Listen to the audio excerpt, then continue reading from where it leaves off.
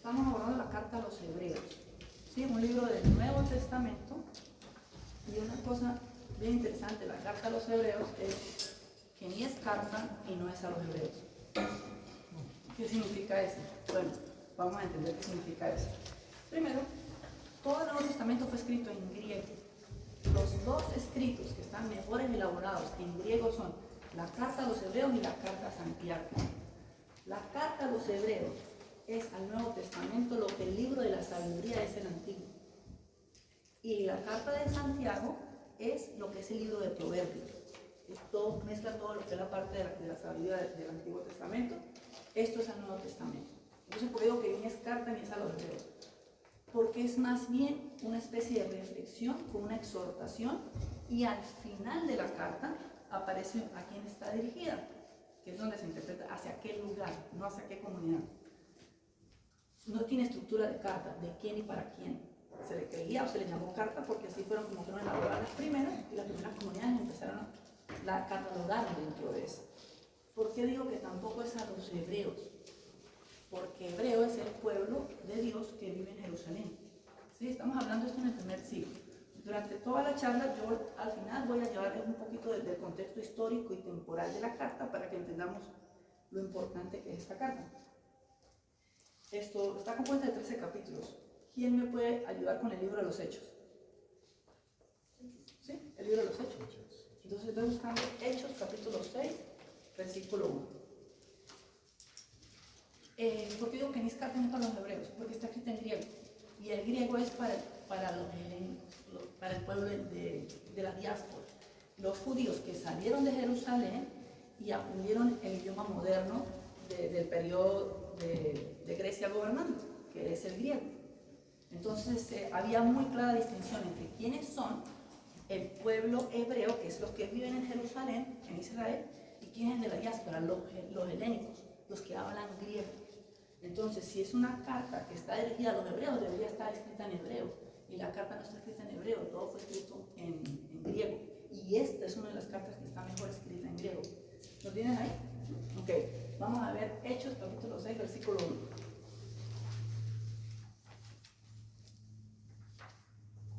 ¿Sobre el 1? Sí. Los 12 y la elección de los 7.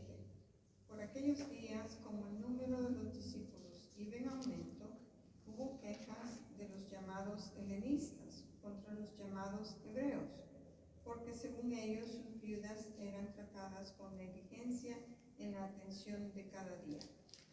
Ya está ahí. Esta palabra te la Señor. En este pasaje se están eligiendo los nuevos diáconos en la iglesia.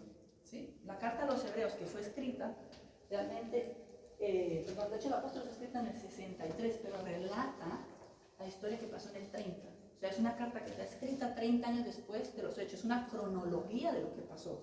Y este pasaje nos dice es cuándo fueron la elección de los primeros diáconos, cuándo la iglesia se empieza a estructurar y empiezan a seleccionar.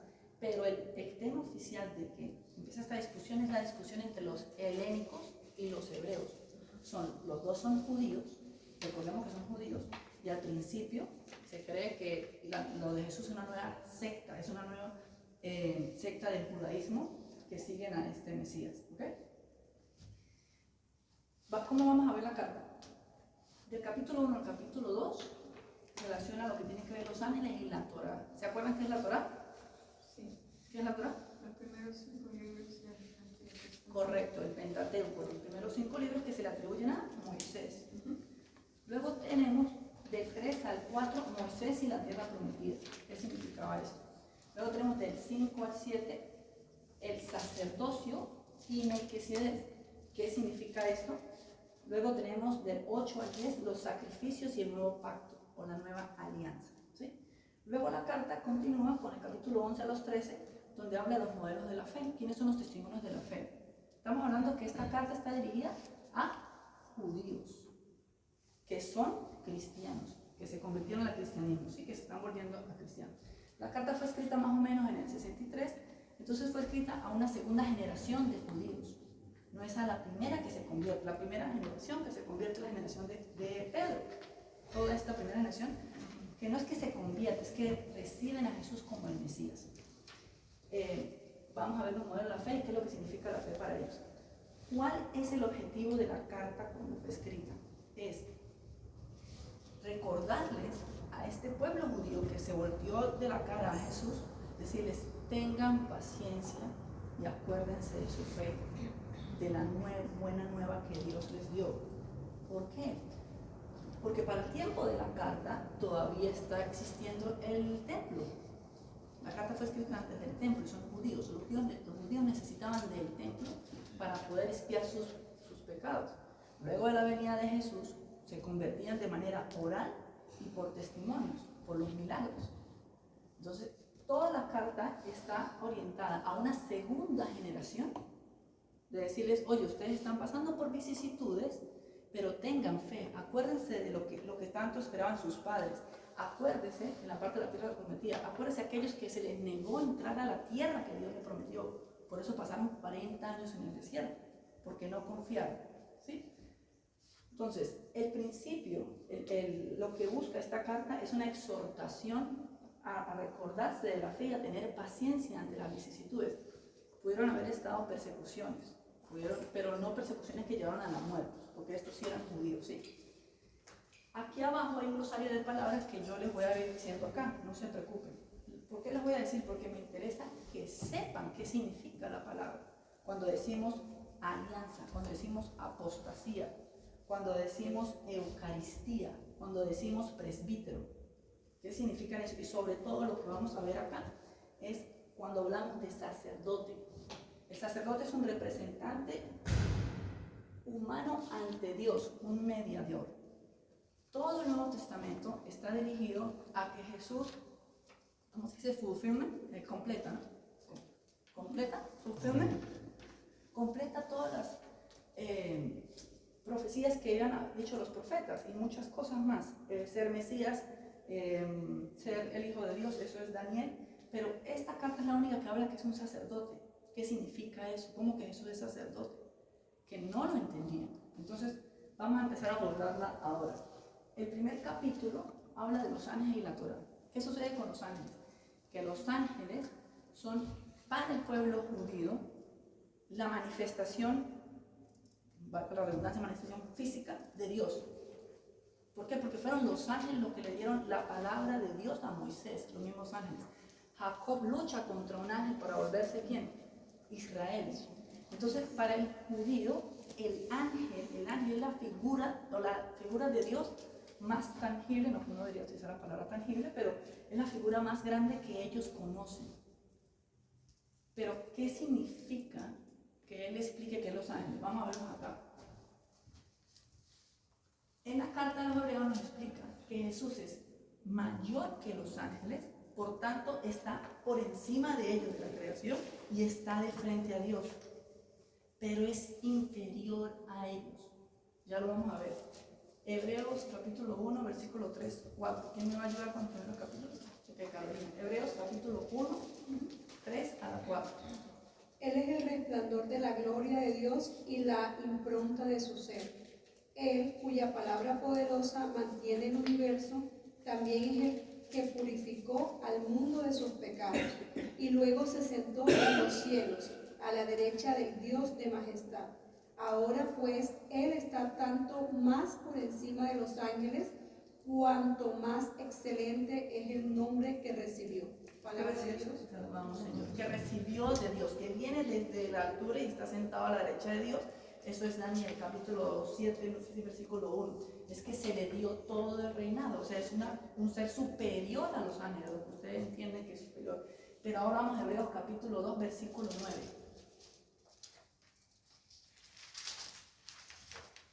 Pero el texto dice, por un momento lo hiciste más bajo que los ángeles. Esto se refiere a Jesús, que como precio de su muerte dolorosa ha sido coronado de gloria y honor. Palabra de Dios. ¿Por qué lo haces? Porque Jesús viene a combatir la humanidad, el dolor humano. Por un lado le explica, sí, este Jesús que es superior a los ángeles está sentado a la derecha de Dios y tiene esta potestad. Pero este Jesús se vuelve hombre para cargar en su carne lo mismo que los seres humanos cargan. Esto es lo que hace a Jesús mediador. Hecho capítulo 2, versículo 14. Hechos o Hebreos. Hebreos, perdón. Hebreos. Capítulo 2, versículo 14. Puesto que esos hijos son de carne y sangre, Jesús también compartió esta misma condición y al morir le quitó su poder al que reinaba por medio de la muerte, es decir, al diablo. A Dios te lo alabamos, Señor. ¿Qué significa esto acá? Yo vi una clase teológica muy linda de un padre y explicaba esto de manera tan bonita. Decía, ¿cuál es el mejor mediador entre Alemania y España? ¿Quién está en el medio? Francia. ¿Sí? ¿Cuál es el mejor mediador? Francia. No, es un español nacido en Alemania. Porque conoce los de su raza y porque entiende dónde están. Ese es el mejor mediador. Y eso es lo que hace Jesús acá. Jesús toma nuestra carne y entiende nuestro dolor y nos puede mediar ante donde Él viene, que es Dios de donde conoce que Él viene. Y estos es el puente, es el medio, el que une una cosa con otra. Más nadie en la historia de la salvación puede hacer lo que Jesús hizo, compartir la carne y compartir la deidad, ser Dios. ¿Qué creemos dentro de la iglesia? Que Jesús es verdadero hombre y verdadero Dios. Para eso lo hace. Entonces, esto es lo que hace Jesús como mediador, que es superior a los ángeles e inferior a los ángeles porque se hace humano. Hebreos capítulo 2, versículo 2. ¿2? Sí. Miren cuán inflexible era la ley entregada por los ángeles, pues toda falta o desobediencia recibía su castigo.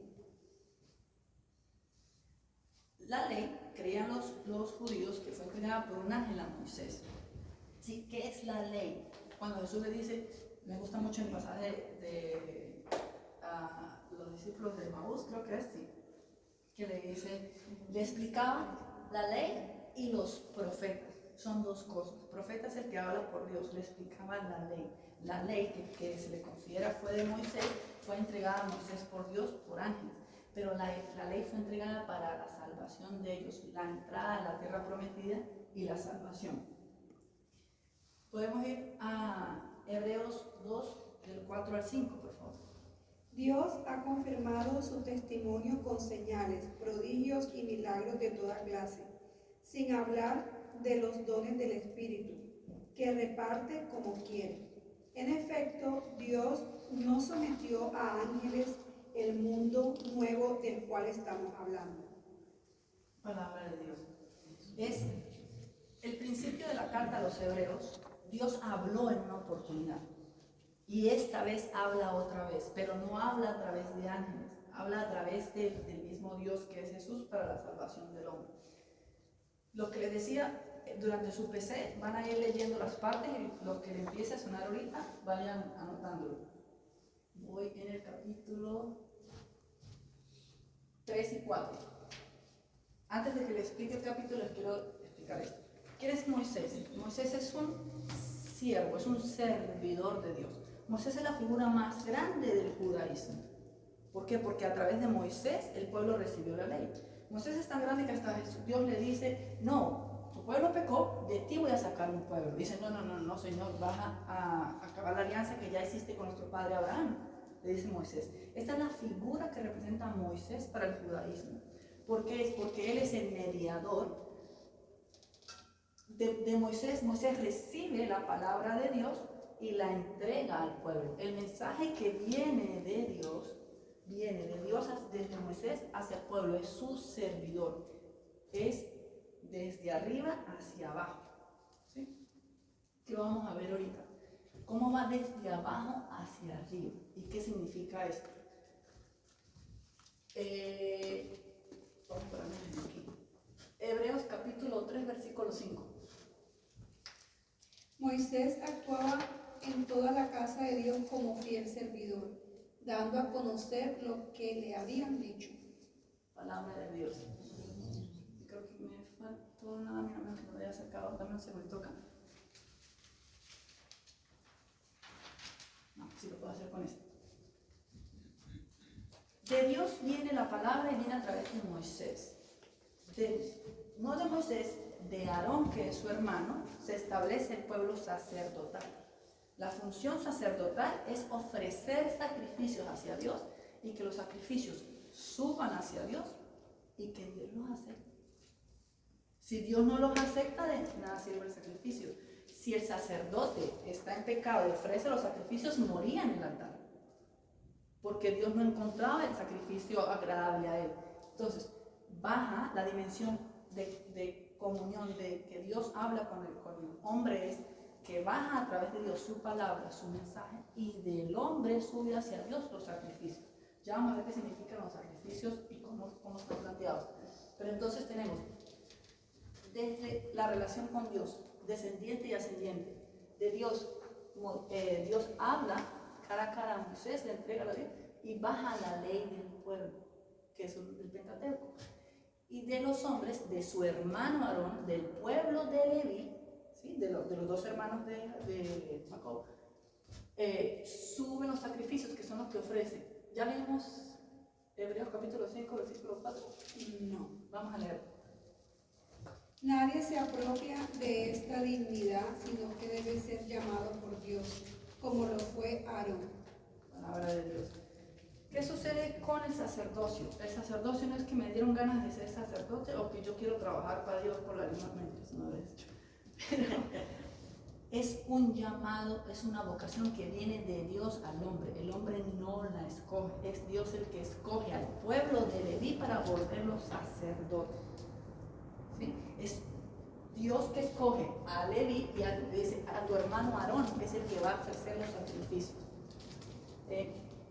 Yo creo que lo voy a decir aquí rápido. Mira, en el Antiguo Testamento, o en la relación de Dios con el hombre, con el pueblo judío, como lo interpretaba la iglesia y como lo interpretaba el judaísmo, existen tres tipos de sacrificio. Está el sacrificio del holocausto, está el sacrificio de oblación y está el sacrificio de comunión. Suena complicado, pero no lo es. En el sacrificio del holocausto tiene que haber una víctima. ¿Por qué? Porque el altar, que es lo sagrado, se une con lo profano. ¿Qué es lo que ponemos en el altar? ¿Qué es lo que carga la víctima? Nuestros pecados. A la víctima le cargamos los pecados y se une lo sagrado con lo profano. El sacrificio de oblación es la ofrenda a Dios de todo lo que se produce. ¿Sí? Todo lo que la tierra produce viene de ti, Señor, no viene de nosotros. Todo es tuyo, Señor, a vos, Señor, lo otorgo. La oferta de los granos es el pan, es el sacrificio de oblación. Y el sacrificio de comunión, yo creo que yo lo puse por acá, déjame ver. Comunión. Común y devoción que une. Es cuando la víctima ha sido totalmente quemada, se tiene que comer parte de la víctima. Eso es Éxodo capítulo 12, si mal no estoy, pero no lo vamos a tocar ahorita. Tiene que comer la víctima y tiene que comer del pan para que nos volvamos familia con Dios. Estamos peleados con Dios y nos reconciliamos con Dios cuando comemos de la víctima y cuando comemos del pan. Esos son los tres sacrificios. Pero Moisés es el que baja la palabra y es Aarón el que sube el servicio del sacrificio. Y es Dios el que escoge el sacerdote, no es Aarón que se escoge a sí mismo. Ahora sí, dicho esto, Hebreos capítulo 3, versículo 6. Cristo, en cambio, está en su casa como el Hijo, y nosotros somos la gente de su casa, con tal que sigamos esperando con firmeza y entusiasmo. Palabras de Dios. Moisés es siervo, es servidor. ¿Cristo qué es? Hijo. Está por encima de Moisés. Moisés es un administrador de la palabra de Dios, pero Jesús es hijo. Ahora vamos a Hebreos capítulo 5, versículo 5. Y tampoco Cristo se atribuyó la dignidad de sumo sacerdote, sino que se la otorgó a aquel que dice: tú eres mi hijo y yo te he engendrado hoy. Palabra de Dios. Te alabamos, Señor. Mira, dicho esto, ya que hemos hablado de ¿qué es la función del sacerdote y qué es la función de Moisés? De Moisés viene la palabra y del sacerdote sube los sacrificios. ¿Sí? Los sacrificios que buscan reconciliar la relación con Dios. Para eso se hacen el sacrificio. No lo toquemos ahorita, yo solamente se los voy a decir porque yo sé que ustedes lo entienden. En el pecado original, el hombre desobedece a Dios, ¿cierto? Y el hombre es expulsado del paraíso. ¿Qué es lo que le dice? Dice Dios en plural, pero no lo voy a decir ahorita. Pero sí, leen. Génesis 3:22. ¿Quién me puede leer? Ahorita vamos a empezar a entrar en Génesis, en el Pentateuco.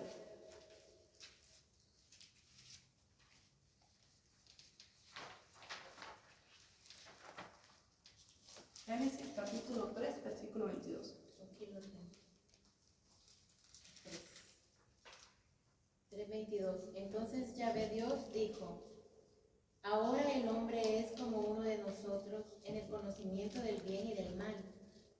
Que no vayan también a echar mano al árbol de la vida, porque al comer de él viviría para siempre. Palabra de Dios.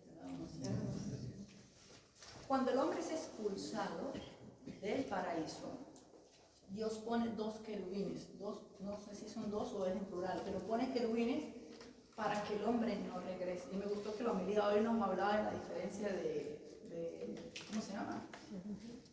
El rico y el pobre. Ajá, decía, es que hay una división entre nosotros, no pueden entrar, pero ya vamos a ver cuándo se da todo eso.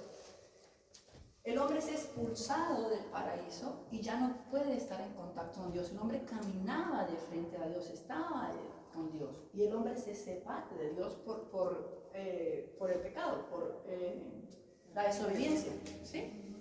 Y es apartado, y se le ponen dos querubines con llamas de fuego que no pueden entrar. Ya se apartó del hombre. El hombre, ¿qué es lo que quiere el judaísmo? Reconciliar la relación del hombre con Dios. ¿Qué es lo que busca? Primero, que saben que hay un solo Dios, y segundo, que quieren volverse a ese Dios, quieren volver a estar en la comunión con Dios. La manera en que Dios le muestra a Moisés, eso es Éxodo capítulo 25, si mal no estoy. No lo tengamos que leer, yo se lo voy a comentar ahorita acá, pero es de Éxodo 25 y 26. Dios le muestra a Moisés cómo es el paraíso. Y dices, haz una réplica de lo que has visto acá. Y Moisés hace la tienda, la primera tienda. La tienda está hecha en la misma manera de una progresión que el hombre fue expulsado del paraíso. Es para regresar a Dios. Entonces, tiene la parte de la purificación, tienes que limpiarte y luego entras a la segunda tienda y luego puedes por la última tienda, por la cortina principal, entrar al santo santuario, que es la presencia pura de Dios, ¿sí? Entonces aquí hay varios elementos que yo se los voy a explicar, no se preocupen. Lo que quiero que vean es que es una progresión de regreso. El hombre salió y fue expulsado y el hombre quiere volver a encontrarse con Dios. Para volver a encontrarse con Dios, lo hace en la medida en que Dios le ha hablado al hombre, a través de su palabra y a través del sacrificio. Y empieza la comunión. Entonces, este es el templo que construyó Salomón, más o menos era así. Tiene los dos querubines, tiene el arca de la alianza, tiene todos los elementos dentro y la parte de la purificación. ¿Alguien me dice qué había dentro del arca de la alianza? ¿No? ¿Quién está trabajando con el Éxodo? La vara de Aarón. Vamos a ver, Éxodo 25:10. El arca. ¿Qué había en el arca, dijiste? La vara de Aarón, el maná y las tablas de la ley. Pero léelo. A ver, ¿dónde está? Éxodo 25:10. Éxodo 25, 10. El arca. Harás un arca de madera de acacia, de 2 codos y medio de largo, codo y medio de ancho, y otro codo y medio de alto. La revestirás de oro fino por dentro y por fuera, y labrarás una cornisa de oro alrededor. ¿Hasta dónde? No, no importa, creo que lo dice más adelante. Pero contiene la vara de Aarón. ¿Quién era Aarón? El hermano de El sacerdote. ¿Quién era la ley? Moisés. Es el mensaje que Dios le da a las personas. ¿Y cuál era el maná? El pan caído del ¿Y cielo. en qué tiempo cayó? En el tiempo de Moisés, cuando iban En el tiempo del destierro. Comían en el tiempo del destierro. Dios le proveía durante el tiempo del destierro. Y este es el espacio que está donde Dios se encuentra. Donde esté su pan, donde esté su sacerdocio y donde esté su ley. Es el espacio donde Dios, ya lo estás agarrando, ¿no? Sí. Ajá, eso es lo que quiero. Eso es lo Este que- es el espacio. ¿Qué pasó cuando Dios los sacó del paraíso? ¿Qué les dijo? ¿Se acuerdan que lo acabamos de decir? Es mejor que pongamos una cerca para que no coma del Árbol de la vida. árbol de la vida. Estamos entrando, estamos regresando al paraíso, ¿sí? Pero ¿cómo regresamos al paraíso? Pueblo judío, esta carta está dirigida al pueblo judío, no a ustedes, pero vamos a ver ustedes qué me dicen. Se quiere reincorporar la relación con Dios, se quiere mejorar la relación con Dios, se quiere volver a Dios, pero a Dios, a donde está Dios, donde radica Dios, solamente puede entrar una persona, una vez al año. Ese es el día de la expiación, el día del Yom Kippur, donde se le cargan los pecados al animal y el animal se sacrifica. Y la sangre del animal se le ofrece a Dios, se salpica sobre el arca y en ese momento, si el sacerdote sale vivo, Dios aceptó la ofrenda. Si no sale vivo, quiere decir que alguien estaba pecando y no se purificó. ¿Qué se hacía? Se cargaban todos nuestros pecados sobre el animal y el animal se sacrificaba. Y el animal se quemaba y tenía que quemarse en su totalidad. Yo vi un profesor judío, estaba explicando judaísmo, y él explica, este es el templo de Herodes, esta es la modelo del templo de Herodes. Y me gusta la frase que él dice, porque es lo que explica acá con Hebreo. Dice, es que aquí había una carnicería. Literalmente era una carnicería. Era todo este espacio lleno de animales para ser sacrificados, para ser quemados, para ser ofrecidos a Dios y que el humo subiera a Dios y fuera agradable a Dios. Si no es agradable a Dios, si Dios no acepta el sacrificio, estamos condenados. Y tenían que purificarse, había varias series de etapas para poder alcanzar a Dios. ¿Cuáles son estas etapas? Es sacrificar primero a la víctima. La expiación está aquí, por cierto, es Yom Kippur, es el tercer día del Trish, creo que es septiembre, y es lo que les acabo de explicar. Vamos a ver una cosa, estamos hablando de sacerdocio, ¿verdad que sí? Todo el Nuevo Testamento habla de la buena nueva y habla de la salvación, pero aquí está hablando de sacerdocio, para que entremos por qué es sacerdocio como Melquisedec. Hebreos capítulo 5, versículo 5, por favor. Para que se lo abra. Y tampoco, no, ya leímos eso. Sí, pero léeme. Ah, ok. Y tampoco Cristo se atribuyó la dignidad de sumo sacerdote, sino que se la otorgó a aquel que dice, tú eres mi hijo y yo te he engendrado hoy. No vamos a entrar por el capítulo 9 y esa es la entrada. Este es el capítulo 13, al final del capítulo 13 están las explicaciones, pero el versículo 15 lo explica muy claro. 9:15. Ve al 13, ve al 13, versículo 15. Vamos en una progresión de regreso, vamos de la salida a la entrada. Ofrezcamos a Dios en todo tiempo, por medio de Jesús, el sacrificio de alabanza que consiste en celebrar su nombre. El sacrificio de alabanza que consiste en celebrar su nombre. Este sacrificio de Jesús, me faltó el poquito.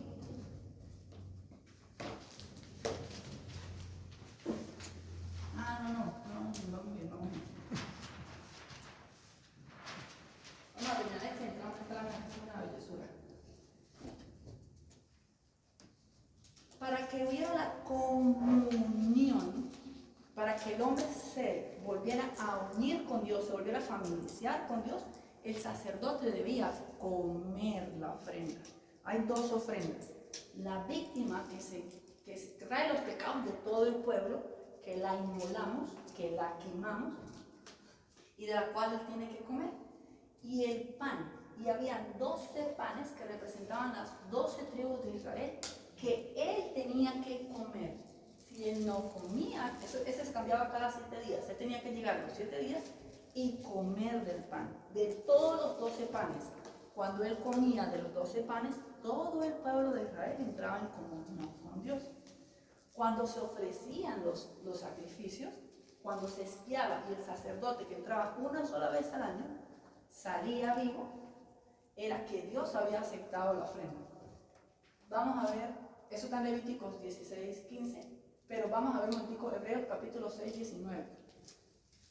Y una persona que me ayude con Mateo 27. Esta es nuestra ancla espiritual, segura y firme, que se fijó más allá de la cortina del templo en el santuario mismo. Jesús es la ancla que es más allá de donde entra un sacerdote. Es Él que se fijó más allá que la cortina. Esta cortina separaba al pueblo de Dios. ¿Dónde está la separación? En los querubines, que no pueden entrar a Dios, que no podemos entrar de regreso a Dios. Pero esta ancla está más allá. Ahora, ¿quién me lee Mateo 27, 51?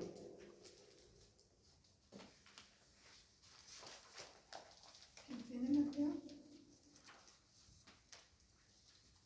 Mateo 27. 51.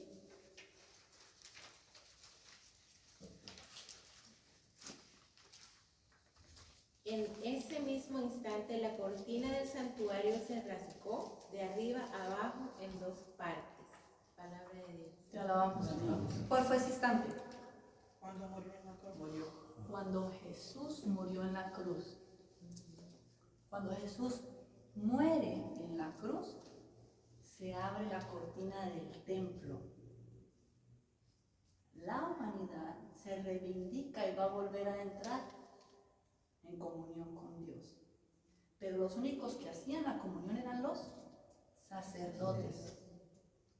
Eran los que lo podían hacer. Uno solo para la expiación, para perdonar el pecado, y otro para comunicarnos.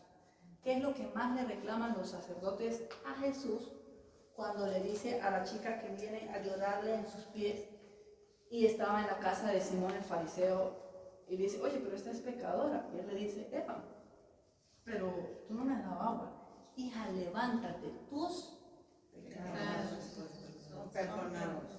¿Y quién es este que se atreve a perdonar pecados? Dios. Jesús no puede perdonar pecados, es lo que creen ellos. ¿Quién es este que se cree él? Hijo, que se llama hijo de Dios. ¿Quién es este que todavía puede perdonar? Si el único que puede perdonar pecados es la expiación, es la víctima muerta una vez al mes que se echa. ¿Quién es este que puede perdonar pecados? ¿Qué nos dijo ahorita Mateo 27, 51? Que la cortina se rompió con la muerte de Jesús. Y para nosotros es muerte y resurrección.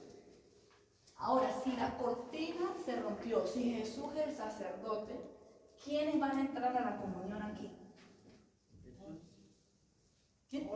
Todos. Pero ¿cómo? Es la pregunta. Vamos a ver. Hebreos capítulo 7. Todo el Nuevo Testamento nos habla de Jesús, de la buena nueva, de la salvación, pero nunca nos habla de por qué es sacerdote. Ya Hebreos nos dice en el capítulo 4, versículos, dice, es que Dios lo hizo sacerdote. Pero ¿qué tipo de sacerdote? Si no puede ser de Leví, porque Jesús no era de Leví. Jesús era descendiente de David. Es a la medida Melquisedec. ¿Quién me lee Hebreos capítulo 7, versículo 11. 1? No vamos a leer nada. Se sabe que Melquisedec, rey de Salem, sacerdote del Dios Altísimo, salió al encuentro de Abraham cuando volvía de derrotar a los reyes bendijo a Abraham. ¿Qué sucede aquí? Que Abraham es el padre de la fe. Y sobre el padre de la fe, donde todavía no existían los sacerdotes, ya había otro sacerdote que estaba antes de los tiempos de Abraham. Antes de los tiempos de Abraham está Melquisedec y es un rey de justicia y de paz. Es que este Jesús, le está diciendo al pueblo judío, le dice, es que este Jesús no es un sacerdote como los de Aarón, como los que ustedes conocen aquí. Es un sacerdote que está antes de los tiempos. ¿Por qué? Porque inclusive a nuestro padre Abraham le da la bendición. Y este sacerdote es el que le dice, no, eso no sabes lo que le dice tú vendrás y te volverás más hijo. Eso lo vamos a ver más arriba. Entonces, este sacerdote es un sacerdocio nuevo. No es a la medida de Aarón. Es un sacerdocio por encima. Vamos a ver el sacerdocio. Voy a poner aquí otra vez esto porque... Vamos a poner aquí.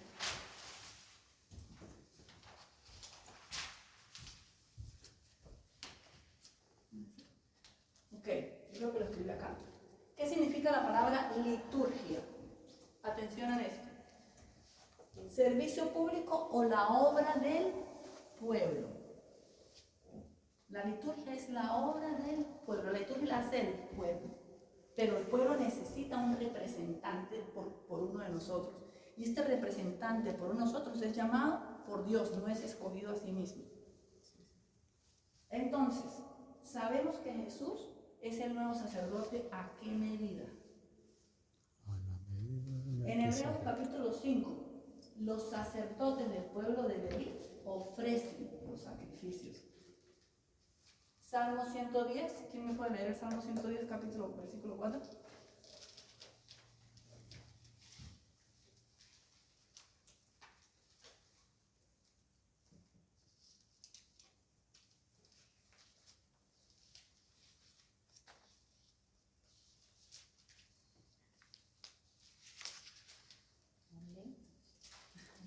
Salmo 110, dijiste, Ajá. 4. Versículo 4. Juró el Señor y no ha de retractarse. Tú eres para siempre sacerdote a la manera de Melquisedec. Este pasaje lo vamos a conseguir que lo menciona en la carta a los hebreos. Pero esto es lo que nos está enseñando la carta a los hebreos. El Antiguo Testamento, la antigua alianza tenía un sacerdote. Este es un nuevo sacerdote. ¿Quién es ese sacerdote? Jesús, que es a la medida del Melquisedec. Es Jesús el nuevo sacerdote. Ellos decían un altar donde lo profano se une con donde lo sagrado se une con lo profano. ¿Cuál es su altar?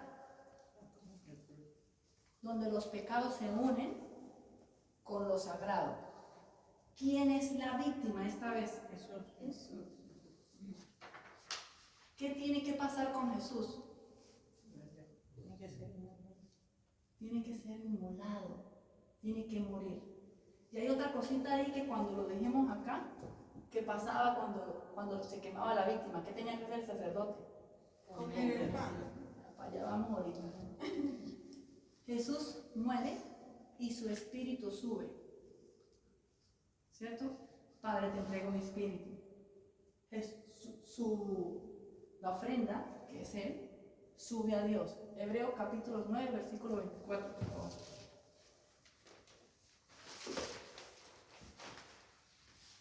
Pues ahora no se trata de un santuario hecho por hombres, figura del santuario auténtico, sino que Cristo entró en el propio cielo, donde está ahora ante Dios en favor nuestro.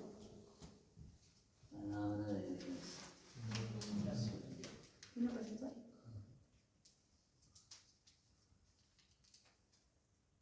Ok, ¿me pueden leer Hebreos capítulo 9? Capítulo 9 del 9 al 15. Todo eso es un símbolo para el tiempo presente. Las ofrendas y sacrificios que se presentan.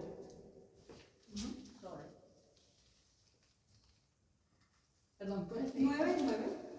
Sí.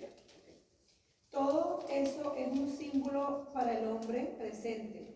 O sea, las ofrendas y sacrificios que se presentan a Dios no pueden llevar a la perfección interior a quienes, espérate que no entiendo, todo eso es un símbolo para el tiempo presente. Las ofrendas y sacrificios que se presentan a Dios no pueden llevar a la perfección interior a quienes los ofrecen. Estos alimentos, bebidas y diferentes clases de purificación por el agua son ritos de hombres y solamente valen hasta el tiempo de la reforma. Cristo, en cambio, vino como el sumo sacerdote que nos consigue los nuevos dones de Dios y entró en un santuario más noble y más perfecto, no hecho por hombres, es decir, que no es algo creado. Y no fue la sangre de chivos o de novillos la que le abrió el santuario, sino su propia sangre cuando consiguió una vez por todas la liberación definitiva. ¿Hasta qué versículo? Palabra de Dios, te vamos. Esa fue la antigua, le está diciendo. Lo que pasaba acá, eso fue lo antiguo. Ahora Cristo abrió para ustedes uno. ¿Cómo lo abrió? Con su propia inmolación, con su propia cruz, con su propio altar. Ahora les pregunto yo, ¿cuál es el rito que nosotros hacemos donde desciende de Dios la palabra y de nosotros sube el sacrificio? Tiene rito de entrada, tiene liturgia de la palabra, que es Hebreos capítulo 4, versículo 12, es la buena nueva, la nueva ley. Desciende de Dios la palabra al pueblo y luego viene la liturgia eucarística.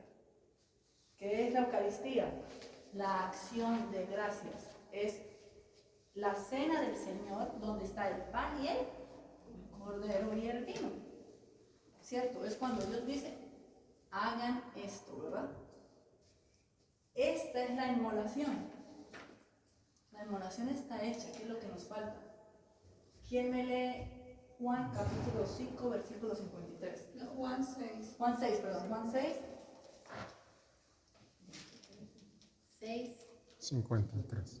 53 al 56. 53. Uh-huh. Jesús les dijo, en verdad les digo, que si no comen la carne del Hijo del Hombre y no beben su sangre, no tienen vida en ustedes. Palabra de Dios. Te alabamos. Esa que ustedes hacían era la vieja. Esta es la nueva liturgia. Pero si ustedes no comen y beben la carne del Hijo, no tienen vida en ustedes.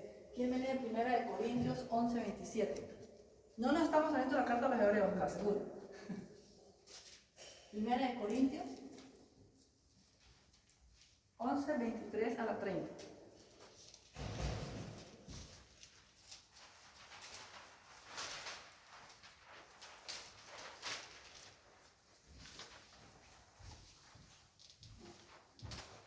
Yo he recibido del Señor lo que a mi vez les he transmitido.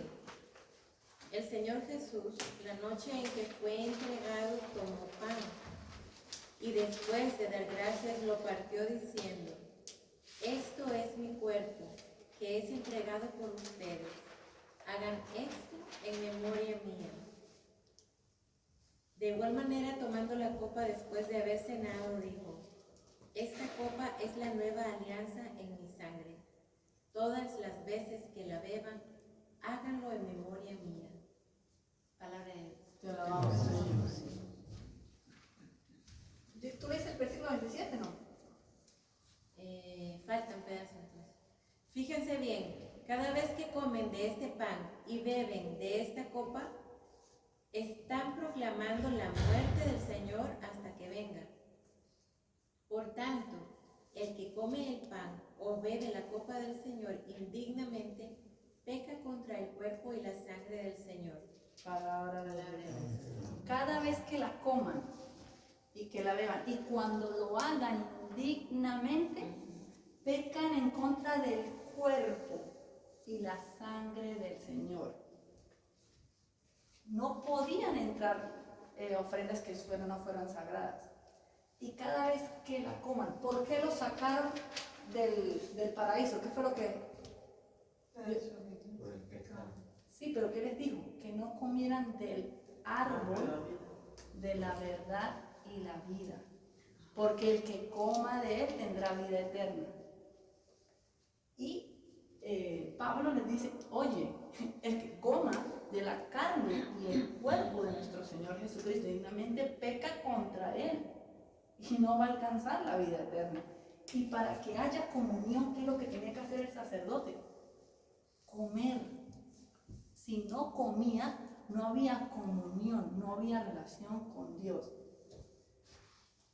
Hebreos 12, de la 22 a la 24.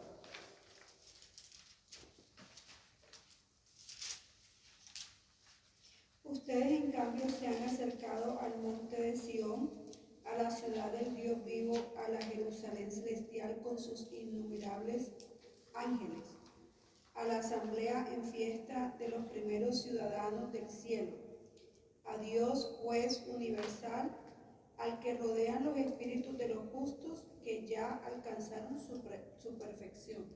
Palabra de Dios. Ustedes, en cambio, se han acercado ya a la Jerusalén celestial. Ustedes, judíos, que estaban yendo para allá, ¿por qué se están saliendo de aquí? Si ustedes ya se están acercando a la Jerusalén, ¿cómo? Cuando comían del cuerpo y la sangre de Jesús. Por eso, cuando yo les pongo acá, esto es recordarnos todo lo que viene sujeta a la teología que nos explica la carta a los hebreos respecto a las prácticas de los primeros cristianos. Ustedes ya no necesitan chivo, ustedes ya no necesitan esa carnicería, decía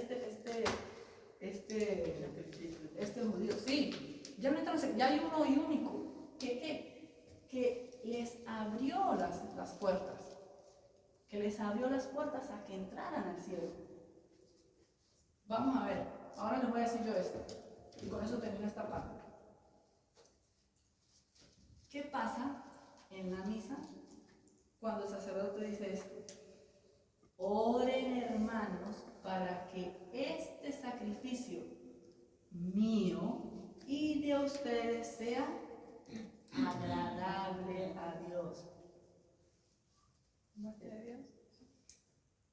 Nosotros ofrecemos el cordero en la misa. Somos nosotros que cargamos los pecados y lo ofrecemos a Él. Y es el sacerdote que lo ofrece. Pero es para que sea agradable a Dios, que Dios acepte esta ofrenda de ustedes, de todos nosotros. ¿Y qué decimos nosotros aquí? Reciba de tus manos este sacrificio para alabanza, la nueva alabanza, Hebreos capítulo 5. Ustedes ya tienen una nueva liturgia. ¿Qué están haciendo? Para la gloria de su nombre, para nuestro bien y el de toda su santa iglesia. ¿Quién me lee Timoteo capítulo 3, versículo 15 al 16? Primera de Timoteo.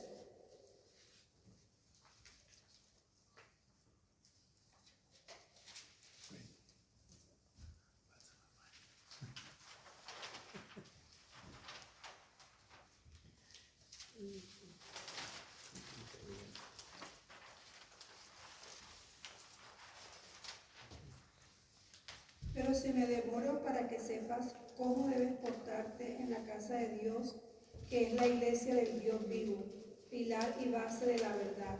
Sin lugar a duda, es grande el misterio de la bondad. Él se ha manifestado en la carne, rehabilitado por el Espíritu.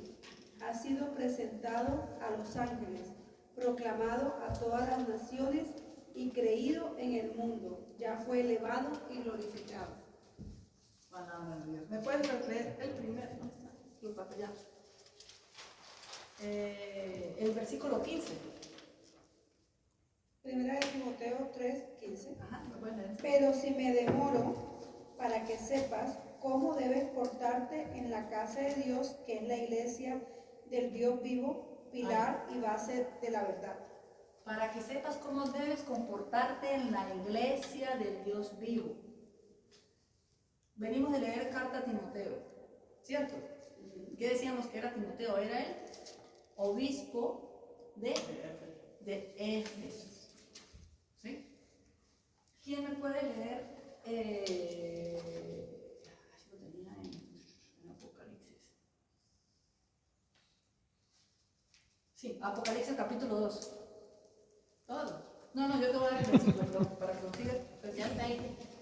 ¿Ya está ahí? Ok. Del 1 al 7. El ángel de la iglesia que está en Éfeso escribe, esto dice el que tiene las 7 estrellas en su mano y camina en medio de los 7 candeleros de oro. Conozco tus obras, tus dificultades y tu perseverancia. Sé que no puedes tolerar a los malos y que pusiste a prueba a los que se llaman a sí mismos apóstoles y los hallaste mentirosos. Tampoco te falta la constancia y has sufrido por mi nombre sin desanimarte. Pero tengo algo en contra tuya, y es que has perdido tu amor del principio. ¿Hasta dónde? Perdón, ya me enteré cuando dijiste, escribe a la iglesia de Éfeso, no sé qué versículo es, entre el 1 y el 7, y la última parte final que leíste. El ángel de la iglesia que está en Éfeso escribe, esto dice... Para ahí. Ajá. A la iglesia de Éfeso. Voy a hacer esto rapidito porque es un tema de tiempo. El Apocalipsis escribe en el año 95. El Apocalipsis lo escribe Juan y es inspirado de Dios, que Jesús le habla y le dice, háblame a mis iglesias de Asia Menor. Son las 7 iglesias que están acá. Una de esas iglesias es la iglesia de Éfeso. La iglesia de Éfeso ya existía para el año 63 en la carta a los hebreos.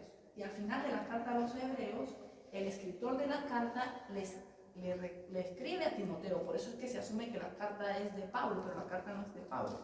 Porque Timoteo ya eran las personas que tenían un rango de tiempo dentro de la iglesia.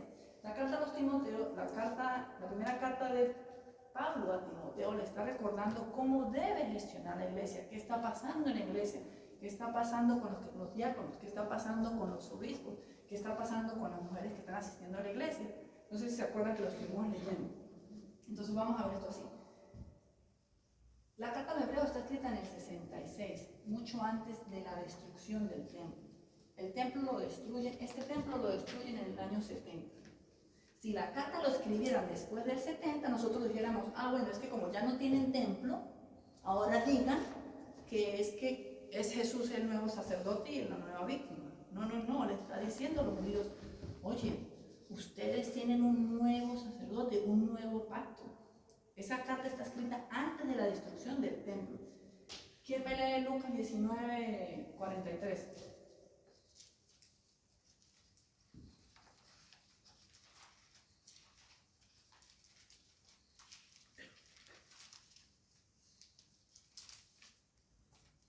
Vendrán días sobre ti en que tus enemigos te cercarán de trincheras, te atacarán y te oprimirán por todos los lados. Palabra de Dios. Te alabamos, Señor. Eso le dice Jesús en el año 30. Antes del año 30 le dice a sus apóstoles, cuando Pedro le dice, oye, ¿viste la grandiosa que es el templo? Le dice, no, bueno, eso lo vemos en otro versículo. Pero ya Jesús le dice, es que ya ese templo se venció, viene uno nuevo. Y la carta a los hebreos le está diciendo a esto. Ya la iglesia de Éfeso estaba instalada en el año 58 cuando Pablo le escribe. Esos son más de 30 años después de la venida de Jesús. Para que entiendan esto, si lo agarran aquí es muy fácil de entender. ¿Cómo se dispersa el evangelio? De manera verbal. ¿Por qué? Por los milagros. Por los milagros. ¿Cómo Jesús reúne 5,000 personas para darle? Porque la gente venía a curarse, aquí hay uno que cura. Entonces, primero se esparce, Jesús hace su vida pública por 3 años, con palabras, con autoridad y con milagros y con obras, lo van a ver en la carta de los hebreos, y luego estos documentos se empiezan a asentar. Hechos capítulo 1, versículo 8, Hechos capítulo 2, 42. Hechos o Hebreos. Hechos. Hechos capítulo 2, versículo 42. Cuando lo tengas, me dice, pero no me lo leo. ¿Lo tienes? Sí. Ok, espérame un segundito. El libro de los Hechos está escrito en el año 63. La carta a los Hebreos está solo 3 años o 5 años después de esa carta, ¿sí? Vamos a decir después del 60. Los Hechos narran lo que pasaba 30 años antes. Era una cronología de lo que ya estaba pasando, ¿sí? Esto que vamos a leer era lo que pasaba aquí. No es lo que esto, la carta de los Hebreos está en el 68. Lo que vamos a leer ahorita está diciendo lo que pasaba aquí. Vamos a ver si ustedes me la agarran. ¿Qué pasa en Pentecostés? Ustedes meten una lectura ahí. ¿Qué pasa en Pentecostés? Viene el Espíritu Santo. Y se funda la iglesia. Se posa sobre los apóstoles. Tiene la primacía y el nuevo pontífice, el nuevo mediador entre los hombres de las unidades, Pedro. Pedro se para y habla en lenguas y todos se empiezan a convertir. Es donde sobre ti Pedro construyó mi iglesia. Pero Hechos nos está hablando en el año 60 de eventos que pasaron 30 años anterior. Ahora sí léeme qué pasó en Hechos capítulo 1, versículo 8 al 11. Capítulo 1. No, perdona, sí, 2:42. Acudían asiduamente a la enseñanza de los apóstoles, a la convivencia, a la fracción del pan y a las oraciones. Toda la gente sentía un santo temor, ya que los prodigios y señales milagrosas se multiplicaban por medio de los apóstoles. Todos los que habían creído vivían unidos, compartían todo cuanto tenían, vendían sus bienes y propiedades y repartían después el dinero entre todos según las necesidades de cada uno. A ver, perdón, ¿ese versículo 42 termina hasta ahí? No, este Solo el versículo 42, solo el versículo 42. Acudían asiduamente a la enseñanza de los apóstoles, a la convivencia, a la fracción del pan y a las oraciones. Después de Jesús, lo que se reunían a hacer era celebrar el nuevo pacto de la alianza. No la alianza vieja, la nueva alianza hecha en la carne de Cristo, en el cuerpo de Cristo, con Cristo. La carta a los Hebreos, esto lo quería explicar un poquito más, pero no vamos a profundizar. La carta a los Hebreos nos da la visión teológica de lo que cree la Iglesia Católica, lo que creemos nosotros y lo que hemos creído por los últimos 25 años. Es que Cristo es verdadero Dios y que Cristo es verdadero hombre y que Cristo es sumo sacerdote, y si ustedes escuchan en la iglesia lo van a escuchar en la misa, que es el sacerdote que se ofrece una vez y para siempre para abrir. No, yo tengo que hacer que no me aguante la presión. Léanme Juan 20:21 y ya con esto termino los capítulos. Juan 20, del 21 al 23. Juan 20, del 21 al 23.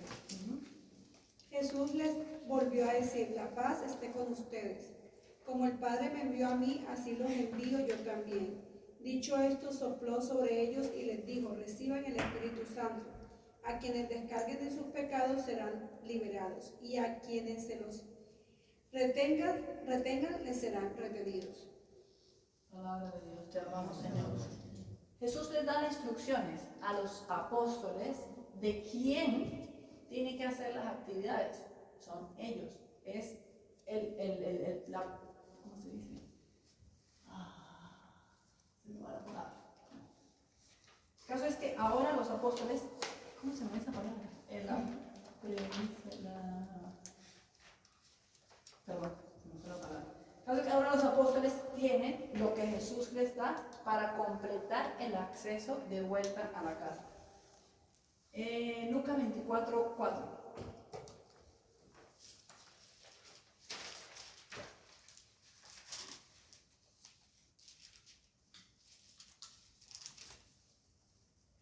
No No sabían qué pensar, pero en ese momento vieron a su lado a dos hombres con ropas fulgurantes. ¿Saben qué momento es ese? Sí. ¿Cuál? Cuando fueron a buscarlo, las mujeres, ¿a quiénes encontraron? Los ángeles. ¿Y qué les dijeron? Subió. Están buscando el que ya está vivo. Esta barrera que ya había, ya se abrió. Y estos ángeles que no dejaban entrar a la humanidad, ahora le anuncian a la humanidad, miren hacia arriba, allá están. Ya está más allá de la cortina generando un nuevo pacto. Ahora sí termino la carta a los hebreos. Modelos de la fe. Yo creo que esto lo tengo que leer. No, me falta una lámina.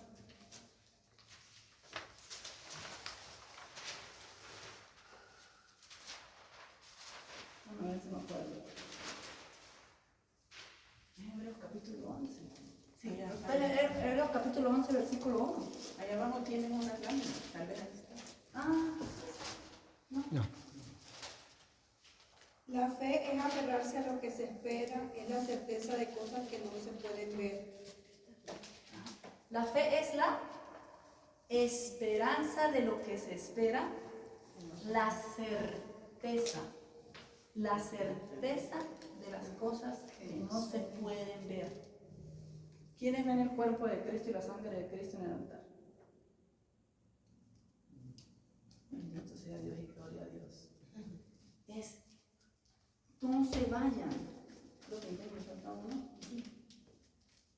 Ah, sí, me falta una lámina que dice paciencia y esta peluche que está aquí.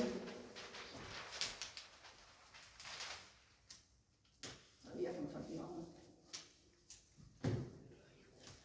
La carta a los hebreos le está indicando a ellos: no se vayan de la iglesia.